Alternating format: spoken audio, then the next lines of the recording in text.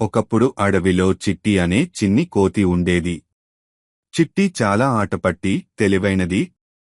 కాని ఒకరోజు అది చాలా బలహీనంగా అనిపించుకుంది, ఎందుకంటే ఆహారం దొరకడం లేదు. ఆ కోతి అడవిలో ఒక వింత చెట్టును గమనించింది. ఆ చెట్టు వెరైటీగా మాట్లాడుతుంది. చెట్టు, ఓ చిట్టి, నన్ను పట్టితే నీ కోరిక నెరవేరుతుంది.